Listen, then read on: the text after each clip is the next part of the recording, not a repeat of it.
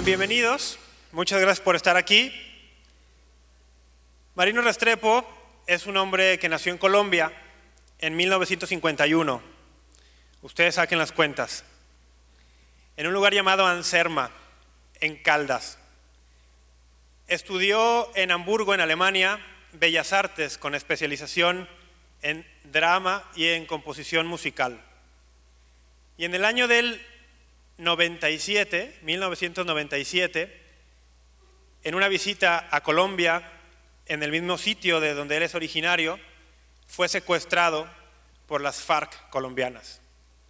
Esta experiencia transformó su vida y a través de esta transformación, Dios también ha transformado muchísimas otras vidas. Yo les invito a que abramos la mente y el corazón para que escuchemos este testimonio de un laico que, sin vivir precisamente una vida ejemplar en el término cristiano en los primeros años de su vida, fue alcanzado por la gracia de Dios y que hoy está aquí en nuestra ciudad para compartir ese testimonio con todos nosotros. Les invito por favor que recibamos al señor Marino Restrepo.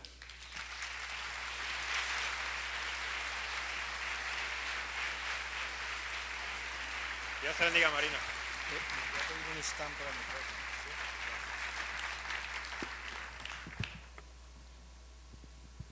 Muy buenas noches a todos. Primero quiero darle gracias a Dios por la bendición y el honor de estar con todos ustedes. Y también quiero darle las gracias a María Visión por el apoyo y la confianza que me ha tenido. Y también quiero participarles a ustedes la amistad que tengo con María Visión, y la razón por la cual estoy aquí esta noche es para demostrar mi amor, mi cariño por esta obra de María Visión.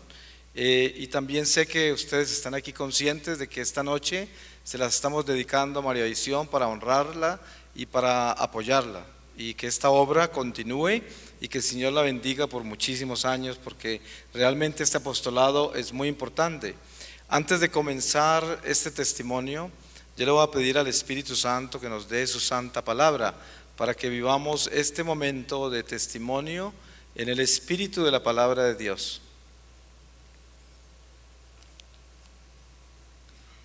Y les voy a leer a ustedes de el Evangelio de San Juan, en el capítulo 14, versículo 15, y dice así: promesa del Espíritu Santo.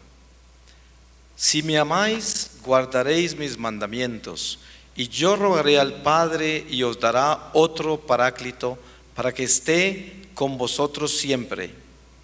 El Espíritu de la verdad, al que el mundo no puede recibir porque no le ve ni le conoce. Vosotros le conocéis porque permanece a vuestro lado y está en vosotros. No os dejaré huérfanos, yo volveré a vosotros. Todavía un poco más y el mundo ya no me verá, pero vosotros me veréis porque yo vivo y también vosotros viviréis. Ese día conoceréis que yo estoy en el Padre y vosotros en mí y yo en vosotros. El que acepta mis mandamientos y los guarda, ese es el que me ama. Y el que me ama será amado por mi Padre, y yo le amaré y yo mismo me manifestaré a él. Palabra de Dios. Pues esta noche comparto con ustedes este testimonio, no porque la intención mía sea venir a hablar de mí, porque si viniera a hablar de mí tendría que contarles lo malo que yo he sido, pero vengo a glorificar a Dios, vengo a darle gracias por lo que ha hecho en mi vida, lo que está haciendo en mi vida, y sé que cada uno de ustedes podría estar aquí en este momento dando un testimonio de lo que Dios está haciendo en sus vidas, solo que esta noche es mi turno. Así que le pido al Espíritu Santo que me ilumine para hacerle justicia en las cosas que está haciendo conmigo. Yo nací en Colombia, en las montañas de los Andes, en una población pequeña, tradicionalmente de cultivadores de café, y soy el número 6 de 10 hijos. Nací en una familia católica y crecí con todas las tradiciones y enseñanzas de la iglesia.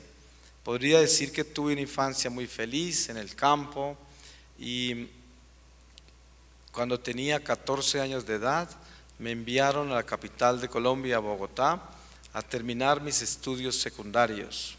Y estos eran los años 60. Ustedes saben que en los años 60 la humanidad vivió lo que podríamos llamar una revolución cultural que termina siendo, en términos espirituales, desde la fe, como un descalabro de la moral, de los valores, de los principios, porque es la entrada triunfal de muchos males, como el establecimiento del divorcio, la legalización del aborto, el incremento del feminismo, los movimientos del homosexualismo, el lesbianismo, la invasión del orientalismo al cristianismo de Occidente, todos los ismos uno tras otro que llevan al abismo.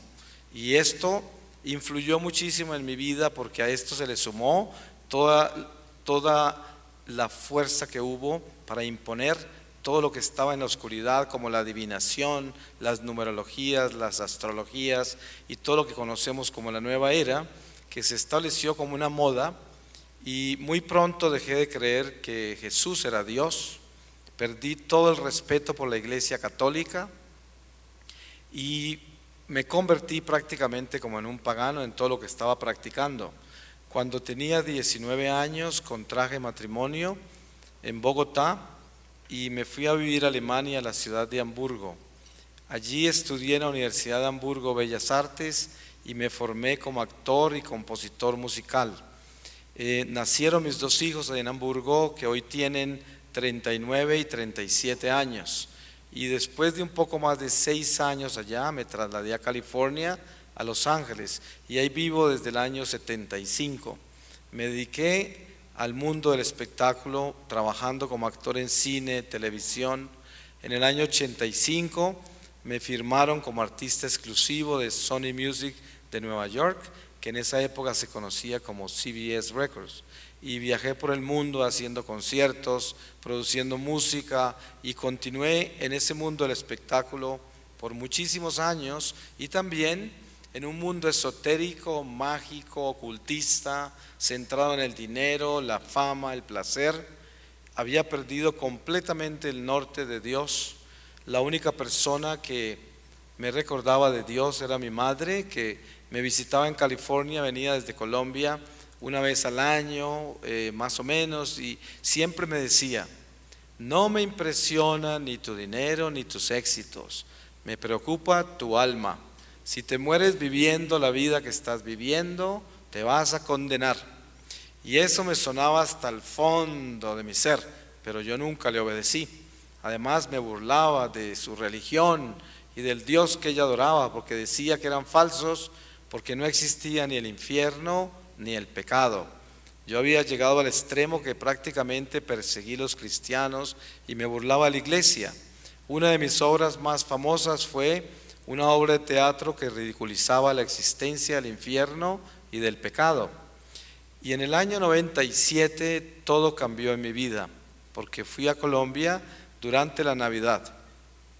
Esa Navidad era una Navidad muy triste en mi familia, porque durante los 4 años anteriores a esa Navidad habían fallecido 5 seres queridos uno tras otro. Primero murió mi esposa de cáncer. Unos pocos meses después muere mi hermano menor en un accidente en un bote en las Bahamas. Él competía con veleros y se estrelló en el mar. Luego muere mi padre a una edad avanzada. Unos pocos meses después se suicida un hermano mío en Bogotá, y 3 meses después muere mi madre. En esa Navidad quedábamos 4 hermanas y yo. Mis hermanas eran católicas que practicaban su fe y no sabían cuán alejado me encontraba yo de Dios. La única que sabía era mi madre, pero ella había fallecido hacía 1 año. Después de mi conversión, mis hermanas me confiaron que cuando mi madre regresaba de visitarme en California, siempre les decía: oren mucho por su hermano. Pero ellas pensaban que era porque yo vivía en ese mundo de la farándula y que era como el medio loquito de la familia. Ellas nunca se imaginaron que yo hubiese dejado de creer que Jesús era Dios y todas las cosas que yo hice. Y una de mis hermanas estaba convencida que al paso que íbamos parecía ser que Dios nos iba a llevar a todos muy pronto, y pensó que era la próxima en morirse porque era la única que estaba enferma de nosotros 5, y nos pidió que la acompañáramos a la iglesia a rezar la novena de Navidad del Niño Jesús. Esta es una tradición católica muy antigua y muy popular en Colombia. Yo la había practicado hasta los 14 años. En esa Navidad tenía 47 años. Hacía 33 años que no entraba a una iglesia católica. Y como les conté, hasta había perseguido la iglesia. Pero fui solo para complacer a mis hermanas, especialmente la que decía que se iba a morir muy pronto. Y cuando llegamos a la iglesia, el sacerdote introdujo la novena diciendo: aquel que hace esta novena con devoción, con fe, el niño le dará una gracia. Y para mí la palabra gracia quería decir suerte, porque yo era como un pagano y no entendía la palabra gracia, pero sentí que de pronto podía sacarme algo de ahí, porque yo era un oportunista, un hombre materialista, y le pregunté a la hermana que estaba al lado mío en la iglesia: ¿y qué tan poderoso es este niño? Pero cuando yo me refería al niño Jesús, no me estaba refiriendo a Dios, porque yo no creía que Jesús era Dios. Yo creía que Dios era una energía cósmica, una fuerza universal, un nirvana, que es el cielo de los hindúes, y quién sabe cuántas otras cosas. Yo estaba tan perdido que hasta en la reencarnación creía. Y mi hermana me dio toda clase de testimonios de los prodigios que el niño hacía, especialmente en la Navidad. Entonces, claro, se me abrió toda clase de ambiciones y pensé mentalmente qué iba a hacer con esta oportunidad, y le pedí al niño que cambiara mi vida. No sabía que estaba hablando verdaderamente con Dios. Esta novena comienza el 16 de diciembre y termina el 24 de diciembre. Yo fui todos los días a hacer la novena y obviamente se imaginarán lo que yo le pedí al niño de cambio de vida. Eran cosas materiales, cosas del mundo. Pero el Señor, como ustedes muy bien saben, cambió mi vida a su manera. Dios se prende de cualquier oportunidad que tenga para rescatar un pecador perdido como estaba yo. Y la novena termina el 24 a medianoche en la misa que conocemos como misa de gallo. El 25 me fui al pueblo donde nací, que queda en las montañas a 1 hora de distancia de la ciudad donde viven mis hermanas, donde yo hice la novena. Y pasé ese día de Navidad, que era un domingo, bailando, tomando, nada que ver con Dios. A medianoche, ya muy cansado de la fiesta, me fui a dormir a una plantación de café en las afueras del pueblo que pertenecía a un tío mío. Iba conduciendo un jeep y cuando crucé la puerta de esa finca, saltaron de la oscuridad 6 guerrilleros de la FARC de Colombia y me secuestraron para cobrarme una recompensa, para robarme. Me ataron mis manos atrás, me pusieron una capucha sobre mi cabeza, me ataron una soga a la cintura como las que utilizan para el ganado y me llevaron prisionero a la selva. Los campesinos que vieron el secuestro le avisaron a la policía, y en esos días había un grupo del ejército vigilando actividades de guerrilla y tenían helicópteros, y entonces comenzaron a buscarme con helicóptero, y los guerrilleros se acosaban más, y yo los oía decir que tenían que internarme lo más que pudieran adentro de la selva antes del amanecer, porque con la luz del día el ejército tendría mucha visibilidad. Y así fue. Me internaron muchísimo en la noche antes del amanecer, me encerraron en una cueva ya en la selva llena de murciélagos y el piso lleno del excremento de los murciélagos, toda clase de bichos, de animales picándome, yo sin poder rascarme siquiera porque estaba amarrado, encapuchado, y ellos se escondieron afuera de la cueva entre el monte, y así Pasaron 15 días porque el ejército iba y venía buscándome todavía. A los 15 días dejaron de buscarme. Me alimentaban una vez al día. En total estuve secuestrado 6 meses. Los primeros días, que fueron esos 15 días, los viví atado y encapuchado, y estos guerrilleros están acostumbrados a sobrevivir en la selva en emergencias, comiendo raíces silvestres, frutas silvestres y cualquier tipo de agua que encuentren, pero obviamente yo no estaba acostumbrado, y cada día me alimentaban una vez al día con eso, y estaba claro que estaba más desnutrido, desesperado, confundido, y solo quería morirme ya, porque esto era una situación espantosa.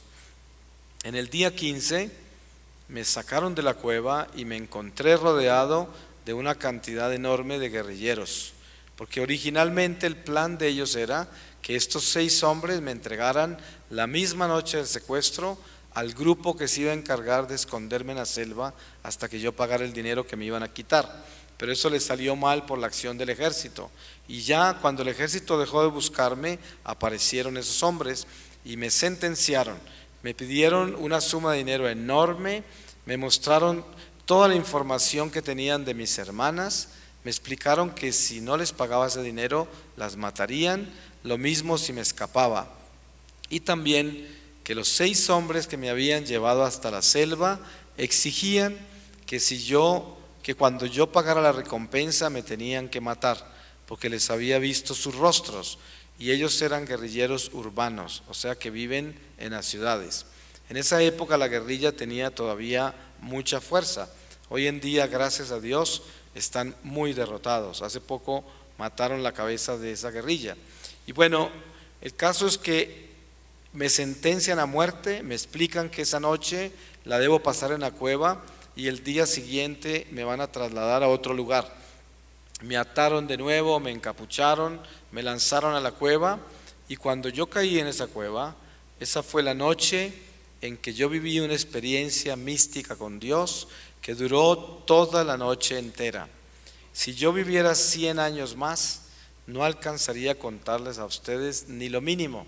Yo he escrito 8 libros, tengo cerca de 800 temas místicos, todos dentro de la doctrina de nuestra fe, y ni siquiera he tocado la superficie.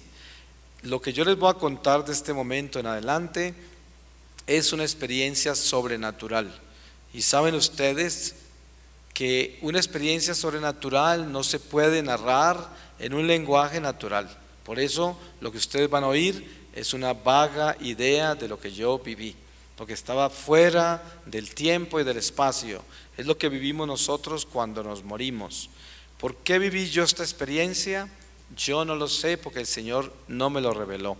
Lo único que les advierto es esto: si hay alguna persona en este mundo que sea indigna de hablar de Dios, soy yo, porque yo viví en pecado mortal por 33 años, me burlé de Dios, perseguí los cristianos, hice de la iglesia lo que ustedes quieran, nada bueno, y además construí mi propio reino. Esta noche estoy aquí únicamente por la misericordia de Dios, porque debía estar condenado. Los guerrilleros seguramente me hubiesen matado y me hubiese ido directo al infierno. Esa es la realidad. O sea que es por eso les dije que vine aquí a glorificar a Dios, porque es un milagro que yo esté con ustedes. ¿Por qué razón pasé todo esto? Pues no lo sé, pero el Señor hace cosas que para nosotros son totalmente absurdas. Yo estoy en esa cueva destruido como ser humano. Todo el edificio de vanidad, de pretensión, de orgullo en que yo me edifiqué toda mi vida, esa autosuficiencia se derrumbó y estaba en manos de unos criminales aterradores que iban a terminar mi vida en la selva, me iban a enterrar en la selva, nadie me iba a encontrar, me iban a robar todo mi dinero, y seguramente que el Dios más grande que yo tenía era el dinero, y ese Dios se derrumbó y no me iba a salvar mi vida. Así se derrumbaron todos los dioses que yo adoraba, falsos. Y en ese momento, cuando estaba convertido en cenizas, en escombros, es cuando Dios entra en mi vida. La primera parte que les voy a contar lo podríamos llamar una iluminación de mi conciencia, porque reviví toda mi vida desde la infancia hasta esa edad de 47 años que tenía esa noche.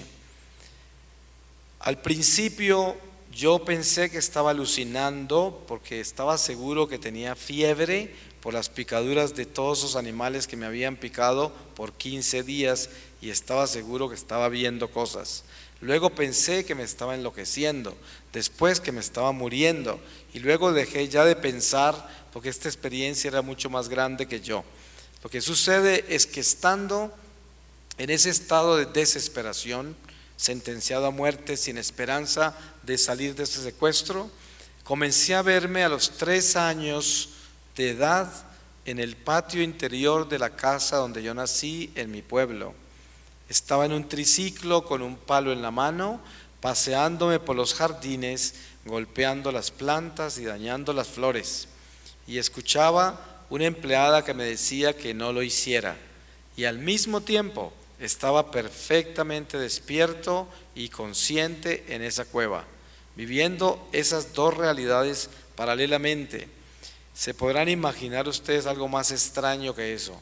Yo entré en un estado de pánico increíble y el primer instinto fue salir corriendo de la cueva. Pero yo sabía que si hacía eso, los guerrilleros me matarían pensando que me voy a escapar. Entonces no me podía mover y continué reviviendo mi vida. Cuando estaba reviviendo mi edad de 11, 12, 13, 14 años, comencé a vivir un dolor increíblemente profundo, pero no era un dolor físico, era un dolor espiritual, era el dolor de mis pecados. Y como yo les conté al principio, yo era un hombre que no creía en el pecado, pero ahí estaba yo sintiendo el dolor de todas las cosas malas que yo estaba haciendo a esas edades.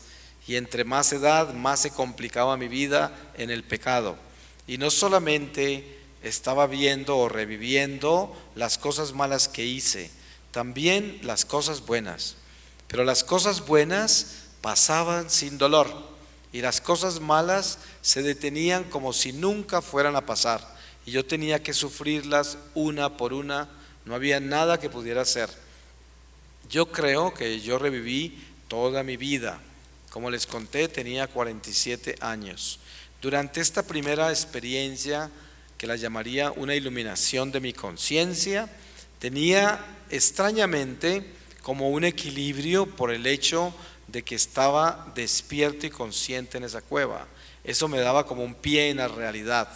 Pero ahora, de repente, eso se desaparece. Ya no estoy consciente en la cueva, sino que quedo completamente del lado sobrenatural y aparezco boca abajo contra la hierba en lo que termina siendo una montaña altísima y aparezco en un estado increíblemente perfecto de silencio, un silencio que yo nunca había experimentado en mi vida, ni me lo había soñado. Era un estado perfecto de gozo, de paz, de libertad, pero libertad no solamente de la guerrilla, sino libertad de este mundo, finalmente libre. Y de pronto comencé a descubrir muy lejos en la distancia, al frente mío, comencé a descubrir otra montaña mucho más alta, y sobre esa montaña se aparece la ciudad más extraordinariamente preciosa de luz. Y a pesar de la distancia tan enorme, yo podía ver la ciudad por dentro y por fuera. Por mucho que yo he tratado de explicar o de poner en palabras lo que yo viví de esa ciudad, nunca he podido, porque lo mejor que les pudiera explicar sería decirles que está años luz adelante de nuestro entendimiento. Sin embargo, durante toda mi experiencia mística, yo estaba en un estado perfecto de entendimiento, todo lo entendía. El conocimiento que tenía era profundísimo. yo sabía de que mi alma tenía que haber llegado a esa ciudad de luz, pero no había alcanzado. Y en ese momento, cuando yo me doy cuenta de esto, comienzo a escuchar la voz del Señor que me habla, la voz de Dios, su voz tan inmensa, que parecía venir de todo el universo entero, como si saliera de adentro de mí. Y era una voz llena de amor, de compasión, de misericordia, una voz que solo me quería fundir en ese amor. Y yo no la resistía, me quemaba, solo quería que se callara, que no me hablara, y me desesperaba y lo rechacé. Cuando yo rechacé la voz del Señor, me di cuenta de algo muy difícil.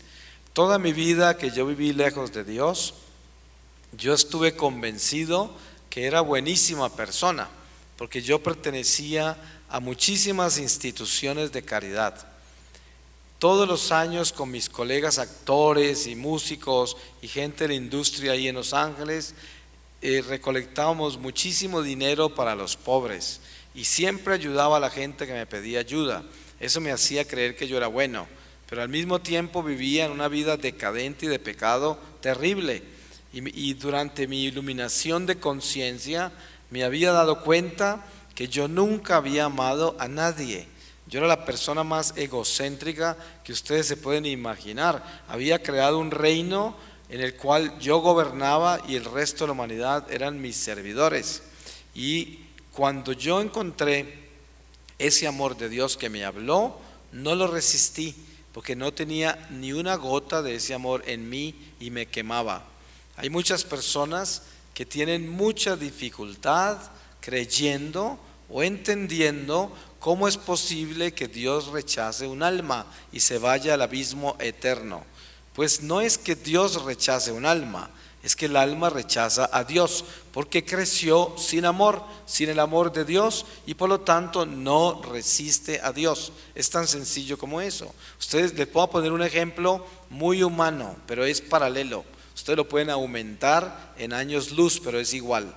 Un niño, cuando todavía no ha salido totalmente de su estado de inocencia, pero ya comienza a hacer cosas malas, cuando comete algo bien malo, tiene una dificultad enorme de encontrarse con los ojos de su papá o de su mamá, de la autoridad que tiene inmediata. Mucha dificultad. Quisiera morirse, quisiera que la tierra se lo tragara por lo que hizo. Eso es un ejemplo pequeñito de lo que es un alma en presencia de Dios, que ha hecho todo el mal posible, que ha estado separado de Dios toda la vida y se encuentra con la verdad.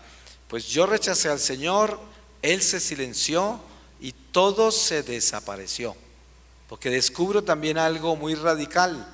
No existen sino dos territorios: el territorio de la luz y el territorio de las tinieblas. Podríamos llamarlo el bien y el mal, el pecado y la gracia, Dios y Satanás, como lo quieran llamar. No hay nada en la mitad, no hay una zona gris, eso no existe. Usted o le pertenece a Dios o le pertenece al diablo. Por eso, cuando a usted le digan, Él es medio bueno, tengan la seguridad de que es malo. Ahí no hay de dónde sacarle cosas buenas al que es medio bueno. Por eso, cuando yo lo rechazo a Él, todo se desaparece, yo quedo en las tinieblas completas y yo sé dónde estoy, pero no quiero enfrentarme a eso, porque por 33 años yo negué que el infierno existía y yo sabía en ese momento que estaba flotando encima del infierno.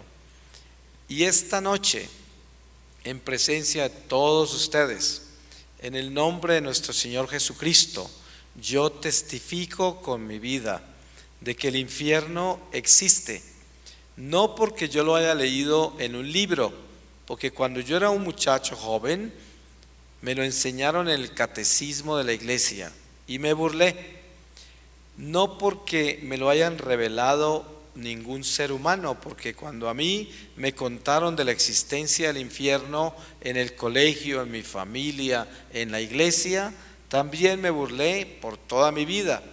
Pero esta noche yo ya no me estoy burlando y les va a sonar muy extraño lo que les voy a decir, pero es la verdad.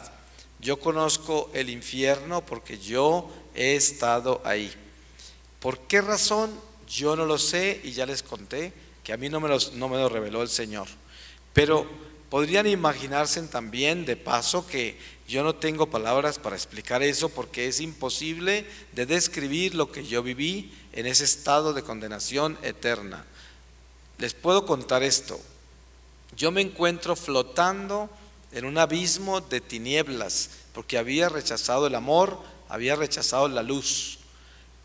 Y al principio yo veía como un océano de niebla espesa y yo estaba flotando encima y comencé a hundirme en lo que parecía ser un océano de niebla.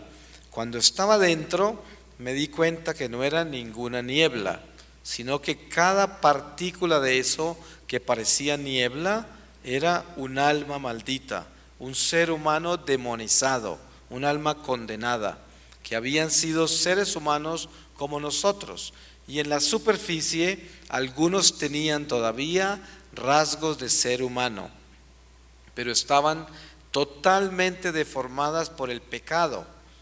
Y yo estaba en un estado tan perfecto de conocimiento que entendía todas las deformaciones que tenían y sabía exactamente qué pecados habían causado cuáles deformaciones, inclusive las combinaciones de pecados que producían unas deformaciones específicas.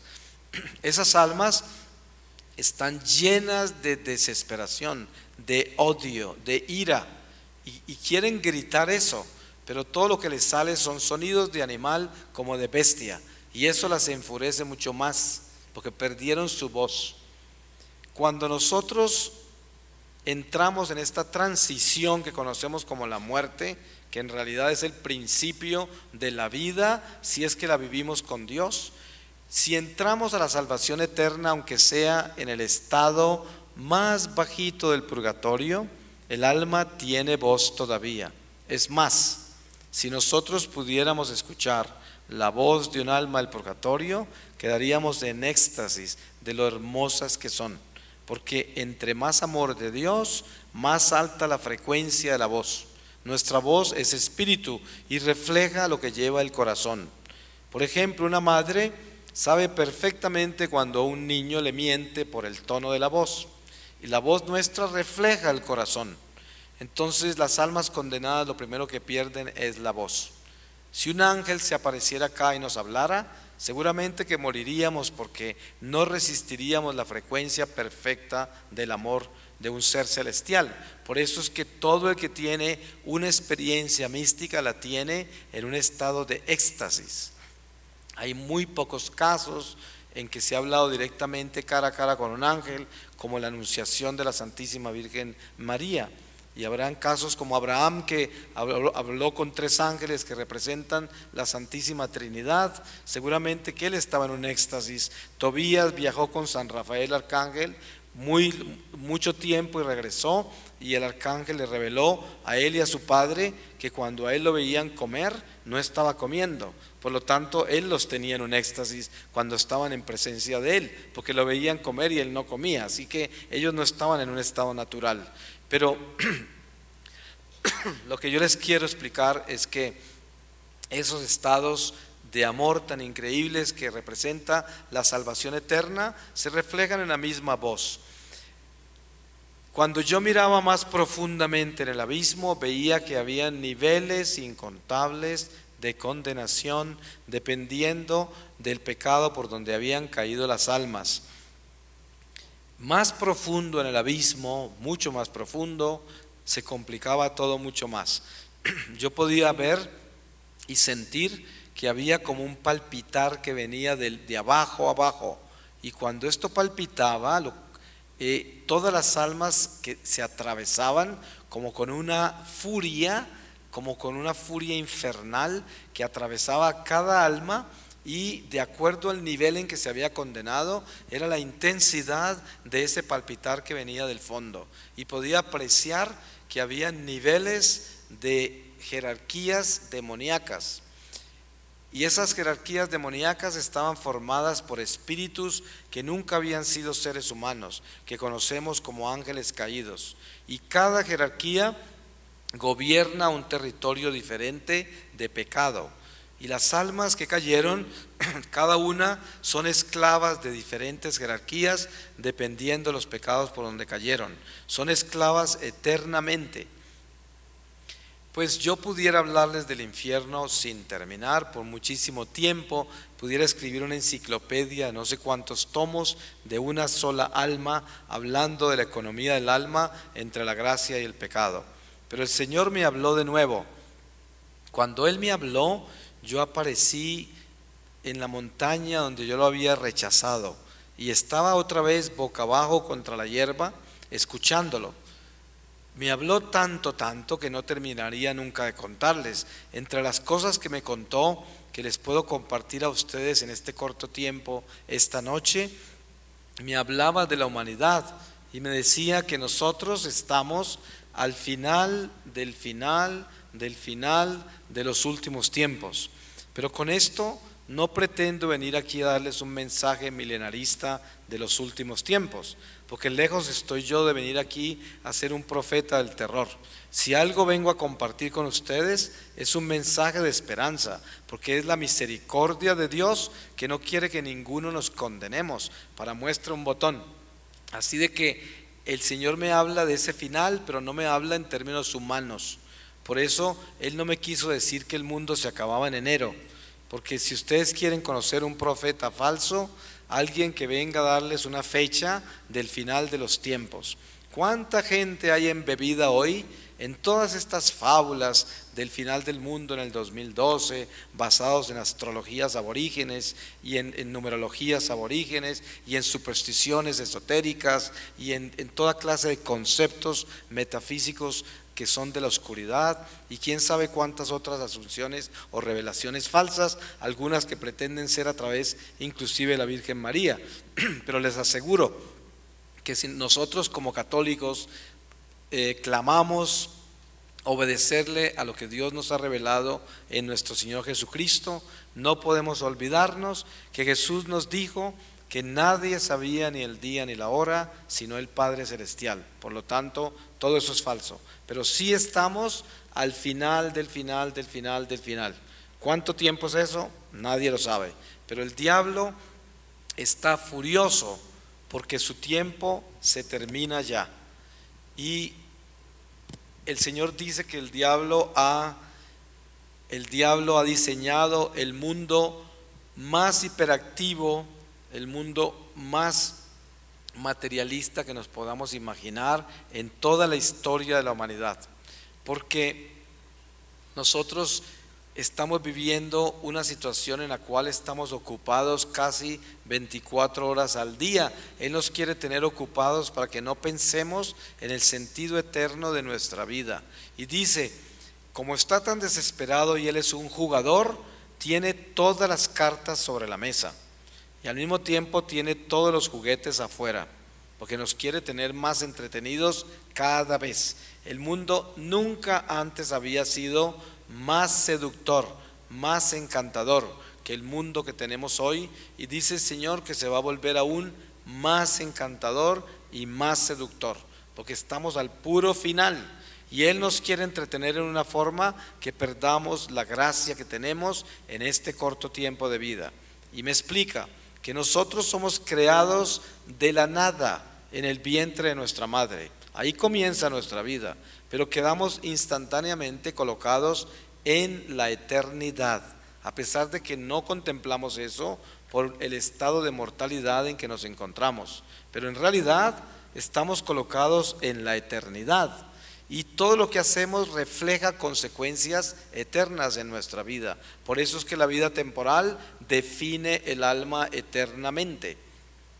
Y dice, así como un bebé está en el vientre de la madre y está en un estado de gestación que dura 9 meses. Ustedes saben que una madre buena y responsable ora a Dios para que el bebé no sea prematuro, para que no nazca a los 7 meses, a los 6, 5 meses. Van a ser desnutridos, van a ser en peligro. De la misma manera dice el Señor, cuando Él nos crea, de la nada en el vientre de nuestra madre, cada alma tiene un periodo de gestación y solo Dios sabe cuánto es ese periodo. Todos nosotros nacemos con un tiempo exacto para vivir en la carne, y ese tiempo exacto es el tiempo que solo Dios sabe, y por eso dice la palabra que el Señor llega como un ladrón en la mitad de la noche, y debemos estar siempre preparados para encontrarnos con Él. El diablo sabe que nuestra vida en la carne es muy corta y que nosotros debemos estar preparados para alimentar el alma durante este periodo de gestación, porque al final de esta vida el alma nacerá a la plenitud del espíritu, o sea, del mundo espiritual. Cuando un alma no se ha alimentado con el amor de Dios, como me pasó a mí, el alma nace paralítica, desnutrida. Es como si una madre que esté embarazada abusa a su bebé, alimentándose mal, quién sabe haciendo qué cosas horribles, fumando, tomando, trasnochando, abusándose su salud, y el niño puede nacer muy mal de salud, si no es que se muere. Por eso el alma es como si nosotros estuviésemos embarazados de un alma, y es un bebé que tenemos que cuidar, porque al final de esta vida ese bebé debe tener salud. Entonces, ¿dónde está el juego del diablo? Asegurarse que esa alma no tenga salud al terminar esta vida. ¿Y cómo hace eso? Vendiéndonos la vida temporal como nuestra prioridad, y nos quita la prioridad en la vida eterna. Entonces nos vende el mundo material. La gran mayoría de los seres humanos que conocemos están totalmente seducidos por la vida temporal. Es más, la misma religión, el diablo la convierte en un medio para proteger la vida temporal.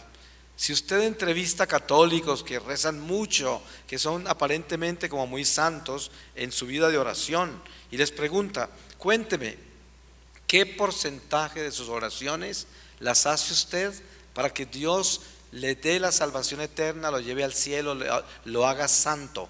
¿Qué porcentaje de sus oraciones? A ver, ¿y qué porcentaje de sus oraciones son para que le arregle la salud, su matrimonio, para que le convierta a sus hijos o sus papás, o para que le dé dinero, o para que le solucione sus cosas temporales, o para que le abra las puertas de su vida temporal? ¿Cuál será el porcentaje? Yo les aseguro que estamos tan mal y el demonio nos ha ganado tanto territorio que la misma religión la tiene pervertida y la tiene convertida en una religión terrenal, no es una religión espiritual. Y por eso estamos como estamos, por eso tenemos los problemas que tenemos con el clero en muchas áreas, porque el clero viene de las familias y las familias están desnutridas espiritualmente, y ese es el tipo de clero que están produciendo. Así como hay sacerdotes muy santos, que Dios los bendiga porque esa es nuestra esperanza, así también hay unos que son una vergüenza para la iglesia, pero no es culpa de una sola persona, es culpa de toda una sociedad, porque nos hemos alejado de Dios y nos hemos vuelto gente totalmente del mundo. Así de que el demonio es experto en vendernos eso, para robarnos la vida espiritual, y des en cuenta que hasta la religión la ha desnutrido. Por eso, si usted quiere hacerse un examen de conciencia esta noche, piense de sus oraciones que usted hace con tanto fervor, ¿cuántas de esas oraciones son tan solo para su vida terrenal? ¿Y cuántas de ellas son para la vida eterna? Para lo más importante, para que se den cuenta que tienen las prioridades al revés. Y por esa razón no tenemos espiritualidad sino religión nada más. Somos gente comúnmente religiosos. Oramos a veces mucho y a veces parecemos ser muy obedientes a la ley de la iglesia, porque pensamos que por la ley nos vamos a salvar. Pero no es así. Sobre esta religión tenemos que construir una espiritualidad. Entonces el Señor me llamó en mi iglesia católica y me dijo: la salvación es para toda la humanidad entera. No hay excepción de personas en ninguna posibilidad en Dios, en las manos de Dios. Él creó todo ser humano para salvarlo, pero el juicio nuestro será ante nuestro Señor Jesucristo. Toda la humanidad entera, sin excepción, comparecerá instantáneamente en el momento de la muerte ante el tribunal de nuestro Señor Jesucristo. Un indígena nació, igual que todos nosotros, con el conocimiento infuso en el corazón de la conducta del bien y del mal. Si ese indígena vive de acuerdo al amor que tiene infuso en su corazón, al morir y encontrarse con Jesús, instantáneamente lo reconoce como su Señor, porque toda la vida le dio el señorío al amor, y en el amor el Señor lo rescatará. Por eso San Juan de la Cruz dice que al final de esta vida todos seremos juzgados en el amor, pero al que más se le da, más se le exige. Y el Señor me dijo: la Iglesia Católica es la Iglesia del Señor, la única Iglesia, continuación del judaísmo. Y esto produce grandes reacciones en el mundo religioso, pero es la verdad. Pero eso no quiere decir que nosotros somos mejores que nadie. Al contrario, nosotros somos responsables de todas las almas, de toda la humanidad entera.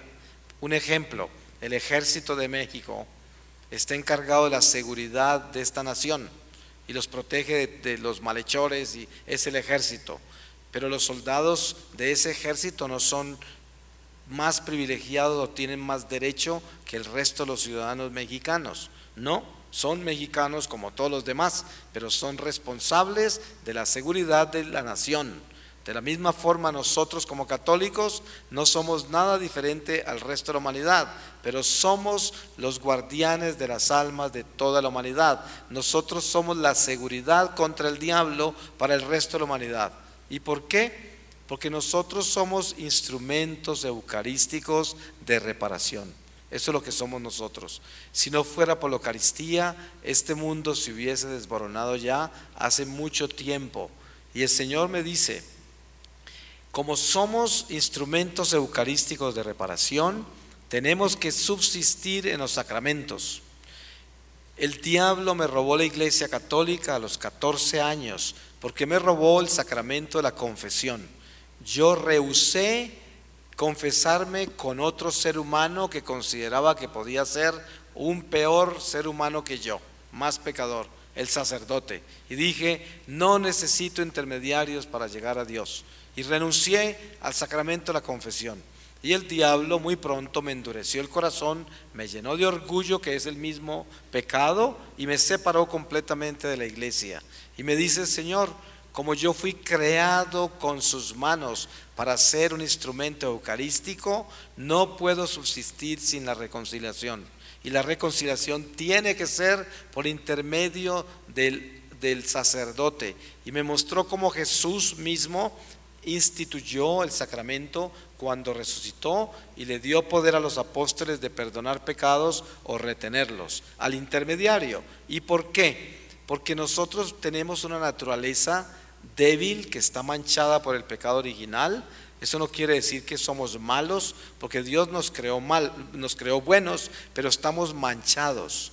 Siendo buenos, estamos manchados. Y esa mancha que tenemos del pecado original es una ley que hay en nosotros que nos inclina a hacer el mal que no queremos hacer, como dice San Pablo. Y por eso, a través del sacramento de la reconciliación, podemos humillarnos ante otra criatura humana, doblegar nuestro orgullo, pedirle perdón a Dios por intermedio de la iglesia, y así volvemos nuestro corazón otra vez dócil y lo preparamos para recibir la Eucaristía.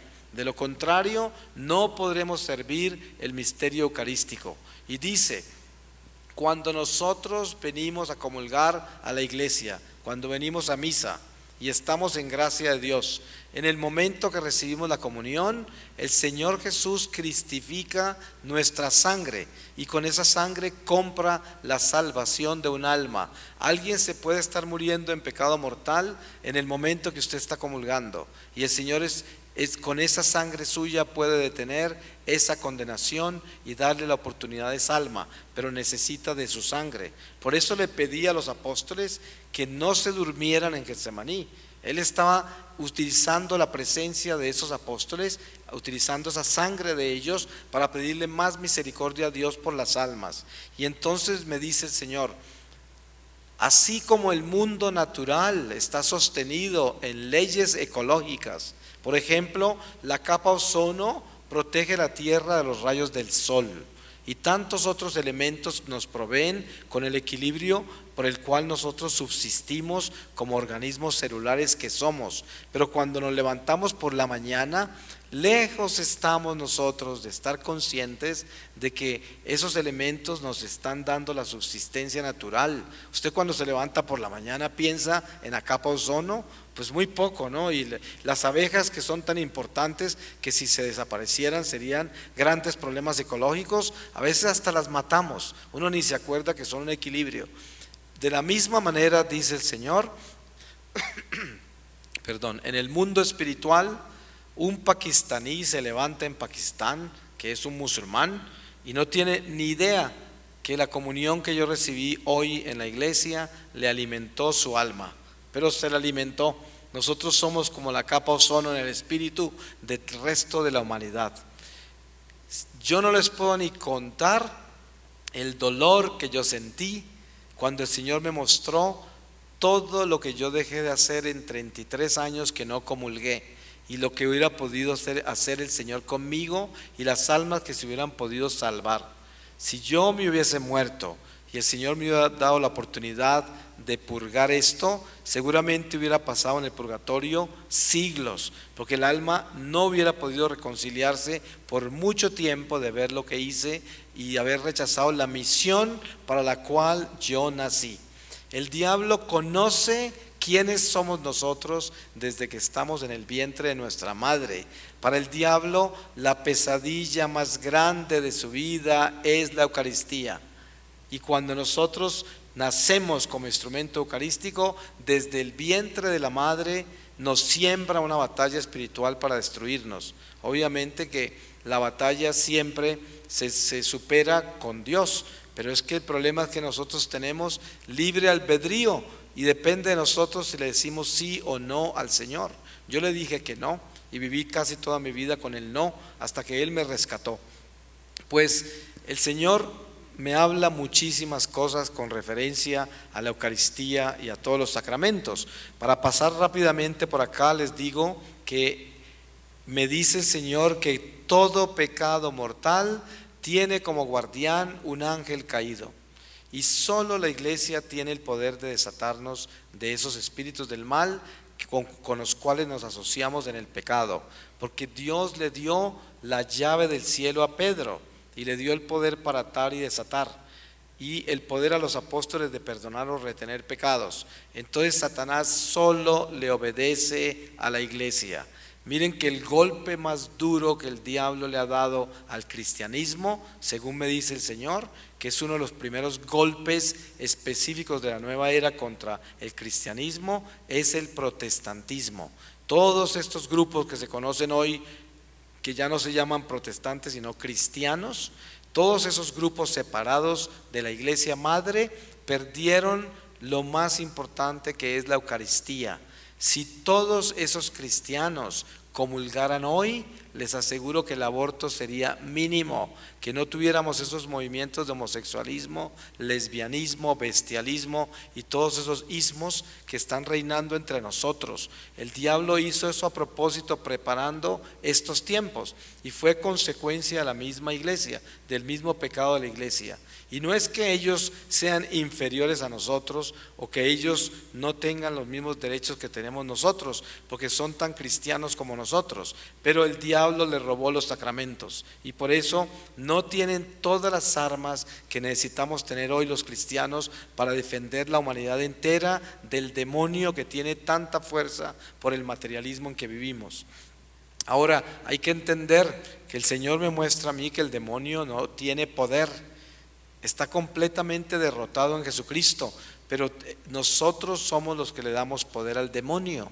Cada que hay un aborto, le damos sangre al demonio y por lo tanto las huestes del mal tienen más fuerza sobre nosotros por cada niño que asesinan. Por eso hay tanto crimen en la tierra, porque le estamos dando mucha sangre a los demonios y están gordísimos, están inmensos los demonios por la sangre de los niños inocentes. El Señor me colocó en un estado de purgatorio, en un lago con el agua hasta la cintura. Al frente de ese lago había una roca preciosa. la distancia entre la roca y el lago podía ser fácilmente la distancia entre la tierra y el sol, pero yo podía ver la roca perfectamente y sabía que en esa roca estaba Jesús, pero yo sabía que nunca lo iba a poder ver por el estado de pecado en que me encontraba, y traté de escaparme en el agua. Cuando traté de escaparme en el agua me di cuenta que estaba parado en medio de todos mis pecados de 33 años, y mis pecados eran espíritus del mal, y mi alma los conocía uno por uno, y la razón por la cual todos estaban activos en mi vida y yo atados a ellos es porque llevaba 33 años sin confesarme. Si yo hubiese estado confesado, hubiese terminado en un estado purgatorial por alguna razón, esos espíritus no hubiesen estado en el lago, pero ahí estaban, y cuando yo miraba uno de ellos podía ver el momento en que había sido tentado, el momento en que yo había consentido, aceptado esa tentación, la consecuencia total de mi pecado, cómo había afectado toda mi familia, generaciones por venir, había disminuido las bendiciones de toda la iglesia, afectado almas en el purgatorio. Si nosotros nos imagináramos el dolor que viven las almas del purgatorio, oraríamos por ellas todos los días. Pero quiero advertirles algo: las almas del purgatorio están años luz adelante de nosotros. Ellas no quisieran regresar acá. Es como yo querer regresar al vientre de mi madre. Ya salí de ahí. Las almas también salieron de acá a la plenitud del mundo espiritual, solo que no están en la plenitud de la gloria de Dios. Y cada alma está en un diferente nivel de purgatorio, porque ese no es un estado material, y que cada una está resolviendo todo lo que dejaron sin resolver durante la vida terrenal, de los momentos que vivieron sin el amor de Dios. Esos son como parches, como oscuridad del alma que tiene que llenar de luz con el amor de Dios, y que ya no puede hacer nada porque no tiene la carne.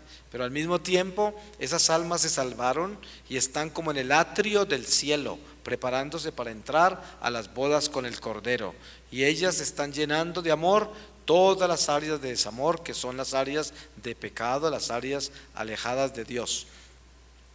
El Señor me dio la fuerza para mirar esa roca. Ya les conté la distancia que había tan enorme entre la roca y yo. Cuando yo miré la roca, quedé enceguecido por la luz que irradiaba esa roca. Y nunca me imaginé que en esa luz esplendorosa pudiera ver al Señor, aunque yo sabía que toda esa luz era Jesús. Sin embargo, el Señor comenzó a aparecérseme, y lo primero que vi fueron sus manos abiertas así. Y yo ya localicé al Señor en la luz, pero solo le veía sus manos, y sentía que Él me estaba invitando a entrar, pero yo estaba totalmente paralizado en ese lago y no me podía mover hacia el Señor ni siquiera una pulgada. Y el Señor me habló desde la luz y me dijo: la puerta está abierta, te estoy invitando a entrar, pero no puedes porque estás paralizado, estás vacío de mi amor, nunca has amado con mi amor, y te voy a enseñar a confiar en mi misericordia. Y me dio una lección extraordinaria del amor, y me dijo: Dios es amor, y Él nos ha creado con amor. El único alimento posible del alma es el amor de Dios. Y de la única manera que el amor de Dios fluye en el alma, a través del alma, es con el amor incondicional que le damos al prójimo. Este es el único alimento del alma. Por eso piensen esto: si usted se muriera esta noche, ¿cuánto cree que avanzaría hacia el Señor? Tan solo avanzaría tanto como haya amado incondicionalmente. Por eso, si usted tiene en su corazón esta noche una sola persona que no ha perdonado, nunca entrará al santuario del Señor, porque el que no perdona no será perdonado. Esa es una ley que nadie puede cambiar. No hay excusa para no perdonar, porque nosotros fuimos creados con amor, y solo el amor nos da vida. y el que no perdona no ama, quiere decir que se separa de su esencia de vida, se separa del amor de Dios, queda en las tinieblas, igual que un pescado que se sale del agua. Ya no tiene el oxígeno del agua que lo sustenta y no puede sobrevivir en la playa. Eso es lo que sucede con un ser que no ama. Y por eso yo estaba paralizado, porque no tenía nada del amor de Dios. Yo les pongo un ejemplo como el que les puse de la religión y de las oraciones. Otro ejemplo, les voy a hacer un examen de cuánto ama usted con el amor de Dios. Si las únicas personas que usted verdaderamente ama son sus seres queridos, sus amigos, sus benefactores, y el resto de la humanidad pasa como el ganado por el frente de su vida, usted todavía ni conoce a Dios, ni ha empezado a amar, porque es muy fácil amar a aquellos que están inmediatamente en nuestro territorio, en el territorio sanguíneo y en el territorio de nuestras necesidades y de nuestros beneficios. Eso es muy fácil, hasta los criminales hacen eso. Pero atrévase a amar a los desconocidos, a los extraños, a sus enemigos, a los que lo odian a usted. Atrévase a amarlos. Ese es el verdadero amor. El verdadero amor solo se descubre cuando duele amar, cuando es difícil de amar, cuando no tiene sentido amar. Ese es el verdadero amor. Entonces examínese, párese en una esquina y vea toda la gente que pasa rápidamente en vehículos, que camina por el lado suyo, y piense: yo tengo algo de amor por esta gente, me interesan a mí, me importan sus vidas. Antes de acostarme, muchas veces la gente tiene hasta televisión en el cuarto, católicos, y están viendo noticias antes de acostarse, porque quieren saber qué hicieron los japoneses hoy, por chismografía, ¿no?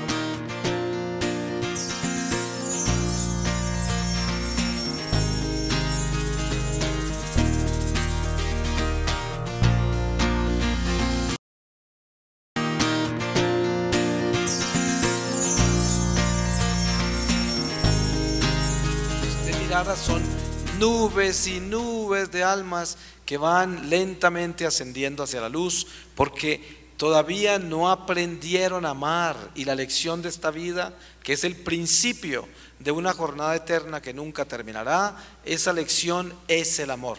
Tenemos que aprender a amarnos los unos a los otros incondicionalmente. Entonces, ¿cuánta salud tiene su alma esta noche? Tan solo cuanto usted está amando a toda la humanidad entera. Piensa en eso. Parece muy difícil, pero es que esa es la lección. ¿Acaso hay gente que no se mata años enteros tratando de lograr una profesión? Yo me gasté noches enteras y esfuerzos y dinero de mis padres y de todo el mundo para graduarme en una universidad. ¿Y cuántas cosas hice para hacer dinero? Los esfuerzos más increíbles. Y son cosas temporales que no nos vamos a llevar con nosotros. Y con tanto esfuerzo que hacemos, ¿cuánto esfuerzo estamos haciendo para ganarnos la corona eterna, la salvación eterna, no temporal? Ningún esfuerzo, casi nadie lo hace. Por eso el Señor quiere que nos despertemos. Eso es lo que Él quiere, que nos demos cuenta quiénes somos nosotros y que esta vida se va a terminar en cualquier instante. Yo no desearía a ninguno de ustedes que tuvieran que quedarse flotando por acá aprendiendo las lecciones que tenían que haberse aprendido ahora. Y piensen en la gracia de Dios tan grande. Dios es tan misericordioso que así como nos ha creado en un instante, nos puede transformar en un instante. Usted puede cambiar su vida esta misma noche en un instante. Existe el libro de la vida. En el libro del Apocalipsis a San Juan se le revela el libro de la vida, o sea, cada uno de nosotros tenemos ese libro donde está cada página, que es cada día de nuestra vida con todas sus acciones. Pues nosotros podemos todavía, ahora que estamos viviendo en la gracia, volver a escribir esas páginas. Todavía tenemos tiempo. Así es la misericordia. Especialmente nosotros que tenemos este sacramento de la reconciliación. El Señor nos vuelve a ser nuevos. ¿Se pueden imaginar algo más grande que eso? pero qué desperdicio en el que andamos. Y el Señor me permitió mirar en sus ojos, y cuando miré en sus ojos, vi un océano infinito de pureza. Y cuando lo observé bien, vi que estaba formado por incontables billones de espíritus de Dios. Y esos espíritus habían sido seres humanos como nosotros, pero estaban en la gloria del Señor. Si yo les dijera que todos eran hermosos y jóvenes, pues no alcanzaría a hacer justicia a lo que vi, porque nadie lo puede describir. Eso está millones de años luz adelante de nuestro entendimiento. Solo les digo, si pudieran ver una gotica de lo que nos espera en Jesucristo, a los que le obedecen, al final de esta vida pasarían su vida de rodillas. Yo nunca volví a ser la misma persona desde que vi al Señor. Esto transformó mi vida para siempre. Hasta la luz del sol me parece un bombillo ordinario. Hasta el pasto que yo antes me deslumbraba con los colores de la naturaleza, hasta esos colores me parecen desteñidos después de todo lo que yo vi. Así es que el Señor me da un regalo muy grande al final de esta visión, porque me trae a la Santísima Virgen María, que la encuentro en sus ojos. Ya les conté la distancia tan enorme que había entre Él y yo, pero yo podía ver todo lo que Él me mostraba. Y cuando apareció la Santísima Virgen, yo no sabía que tenía una madre en el cielo, porque desde muy joven me fui de la iglesia y nunca le puse cuidado a lo que era María. Y ella me apareció como mi madre, pero yo no podía resistir su mirada, porque ella estaba parada en la autoridad más increíblemente gigantesca de pureza y de humildad. Y eso era exactamente lo que yo no tenía, ni una gota de pureza, ni una gota de humildad. Y no resistí su mirada y miré hacia el agua del lago donde yo estaba, donde estaban parados todos mis pecados, todos los espíritus del mal. Pues el agua se está moviendo y dentro del agua me aparece el rostro de la Santísima Virgen y me habla y me dice: yo soy tu madre, nunca te he dejado y nunca te abandonaré. Y me muestra con su brazo, sin mirar los espíritus del mal, me los muestra y dice: esos no eres tú, esos son el pecado, tú eres el pecador. Y el Señor ama al pecador arrepentido. Jesús te quiere salvar. Y me decía: repite conmigo que tú confías en su misericordia. Y cada que yo repetía con ella, se desaparecían espíritus del mal del lago. Era como una liberación, casi como un exorcismo que me estaba haciendo la Santísima Madre. Y aparezco en su vientre como un bebé, conectado a ella por un cordón umbilical espiritual. Y todo lo que fluía de mí hacia el Señor fluía por el vientre de ella, y lo que venía del cielo hacia mí fluía por el vientre de ella. Y a través de ella vi maravillas de la iglesia, el poder de la sangre de los mártires, cómo fluye del costado de Jesús en la cruz hasta que Jesús regrese, y la sangre con que se pavimenta todo el camino para las almas que van siendo creadas por Dios para que conozcan a Dios, es la sangre que entregamos nosotros para que otros conozcan al Señor, la sangre de los mártires, los que verdaderamente viven para Dios. Así de que esta noche aquí estamos todos nosotros viviendo lo que estamos viviendo gracias a la sangre de los mártires, si no, no estaríamos acá.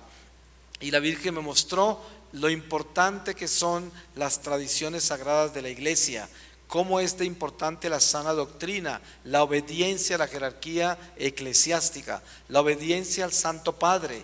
Y me dijo: en estos tiempos que estamos viviendo, una de las señales más importantes que debemos tener para saber con quién estamos hablando dentro de nuestra iglesia católica es lo siguiente: aunque sea el miembro y la jerarquía del clero más alta, aunque sea una persona súper docta, preparada del clero, de los laicos o de la vida religiosa, que no esté en obediencia con el Santo Padre, la Virgen María dice: no les toque ni la ropa, porque el que no está en obediencia está en desobediencia.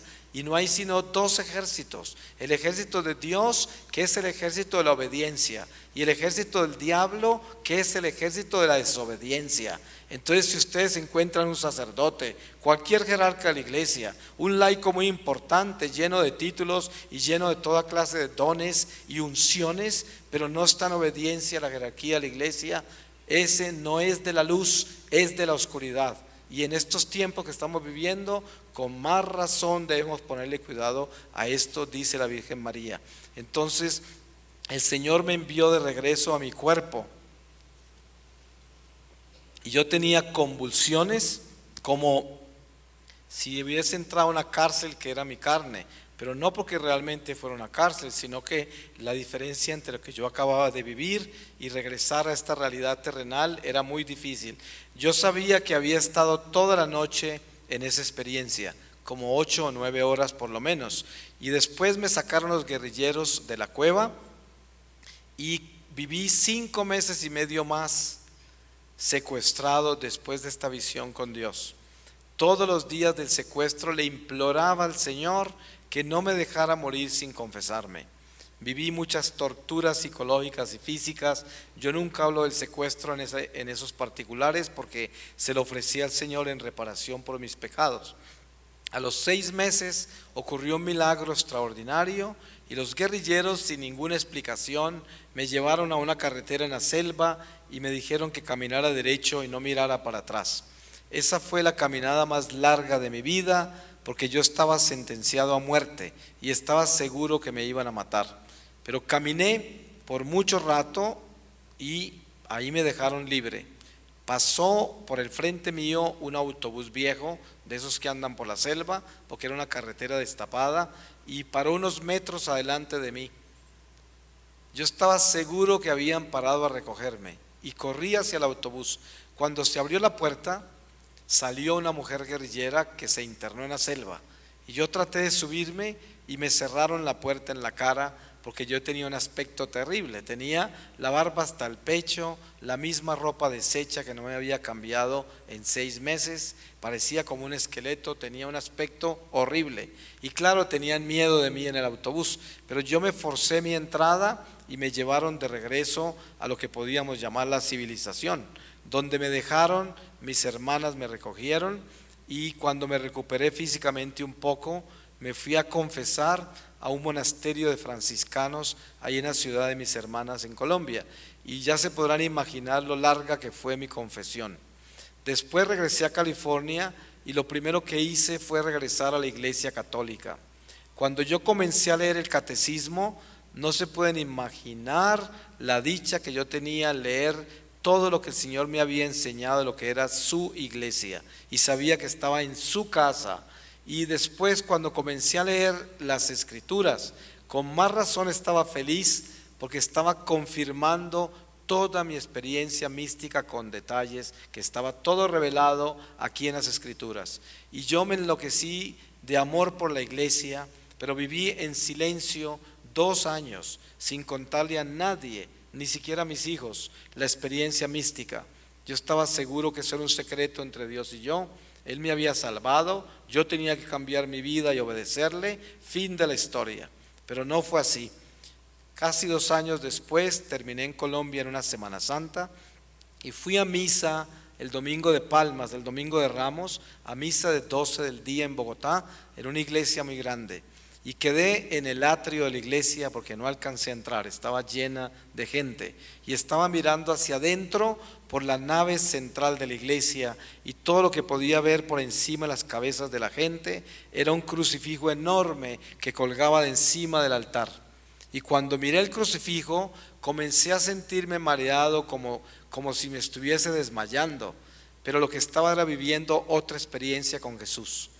Nunca les podría explicar esa experiencia porque no se puede, no lo puedo poner en palabras. Yo no sé si yo entré en ese crucifijo entró en mí. El caso es que durante el ofertorio de la misa, que es muy cortico, el Señor me mostró toda la misión para la cual yo había nacido.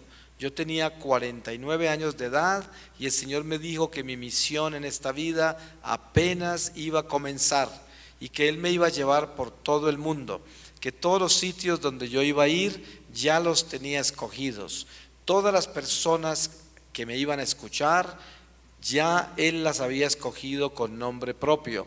Iban a ser responsables de lo que yo les iba a decir.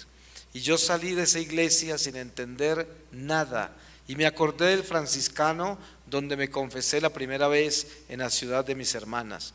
Viajé hasta allá, lo encontré, le conté todo y él me dijo: si todo lo que me has dicho es de Dios, no te preocupes. Vete de regreso a tu casa en California, que Él se encargará. Y claro, salí más confundido todavía porque yo estaba esperando que me diera cualquier clase de instrucciones de cómo hacer esta misión. Pero él estaba correcto. Muy pronto, después de esto, el Señor abrió esta misión en la forma más sencilla como Dios hace todas las cosas. Y yo comencé a compartir esta experiencia mística en testimonios así de grandes, pequeñitos, pero toda esta información comenzó a fluir de adentro de mí y yo comencé a confundirme. A pesar de que reconocía la información como de mi experiencia mística, mi razón no la aceptaba, porque yo era una persona muy racional y todo lo que yo sabía lo había estudiado, lo había perfeccionado y sabía que yo lo había conquistado, y esto yo nunca lo había estudiado. Entonces comenzó la lucha entre el espíritu y la carne, el espíritu y mi razón, y busqué ayuda en la iglesia. Una cosa me llevó a la otra y terminé con el franciscano en Colombia, donde me confesé la primera vez, que es un italiano provincial de esa comunidad, una persona muy estructurada, muy espiritual, y el Señor nos reveló a los dos de que él había nacido para ser mi padre espiritual, y se convirtió en mi padre espiritual ya hace mucho tiempo. Él me invitó a que yo siguiera al Señor y dejé todo lo que hacía, dejé mi vida artística. Yo era viudo, mis 2 hijos ya hombres grandes que no dependían de mí. El Señor tenía un plan perfecto y fundé una misión con la Arquidiócesis de Bogotá que se llama Peregrinos del Amor. La fundé hace 13 años y hace 13 años que viajo por el mundo entero. He visitado 93 países en los 5 continentes. Nunca he promovido esta misión, porque yo le prometí al Señor algo, le dije: voy a ir a donde tú me quieras llevar, pero nunca voy a mover un dedo para buscar a dónde ir. Me tienen que invitar, tiene que ser una cadena de invitaciones para yo ir, porque de lo contrario sería como inventarme una misión, y eso no lo voy a hacer por nada del mundo. Para esa gracia me regreso a mi profesión vieja. Pues así ha sido, vivo de la caridad. Nunca me ha faltado nada en los 13 años. El Señor siempre me da todo lo que yo necesito. Pues eso es lo que estoy haciendo todos los días de mi vida. Hace poco recibí la bendición tan grande de que la iglesia aprobó los estatutos de mi comunidad y ya me constituyeron como una comunidad de la iglesia con derecho canónico, con decreto canónico, y esto fue una confirmación muy grande que el Señor me dio.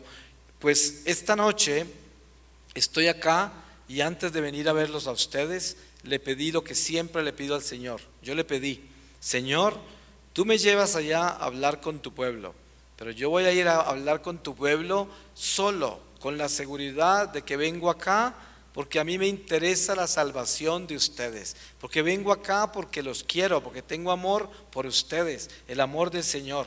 Y no vine acá a hacer grandes alardes de lo que Dios ha hecho en mi vida y de las grandes misiones que hago y de las cosas grandiosas que ha hecho el Señor, sino porque quiero que ustedes se salven, porque yo no quiero que ninguno de ustedes tengan que vivir lo que yo viví, que ninguno de ustedes conozcan las tinieblas, que ninguno de ustedes tenga que encontrarse cara a cara con un demonio con el que tengan negocios todavía al final de esta vida. No se lo deseo a nadie, y por eso estoy acá para decirles: despiértense, porque la vida se terminará en cualquier momento, y lo más importante de sus vidas es prepararse para lo que sigue. Tengan la seguridad de que esa es la absoluta verdad. No hay nada más importante en esta vida que llevarle a Dios a la gente, y nosotros somos escogidos para ser columnas de luz. Nosotros somos la esperanza ¿Quién le va a dar luz y esperanza a este mundo de tinieblas? Nosotros fuimos llamados a hacer eso. Por eso la única voluntad de Dios en nuestra vida es nuestra santidad.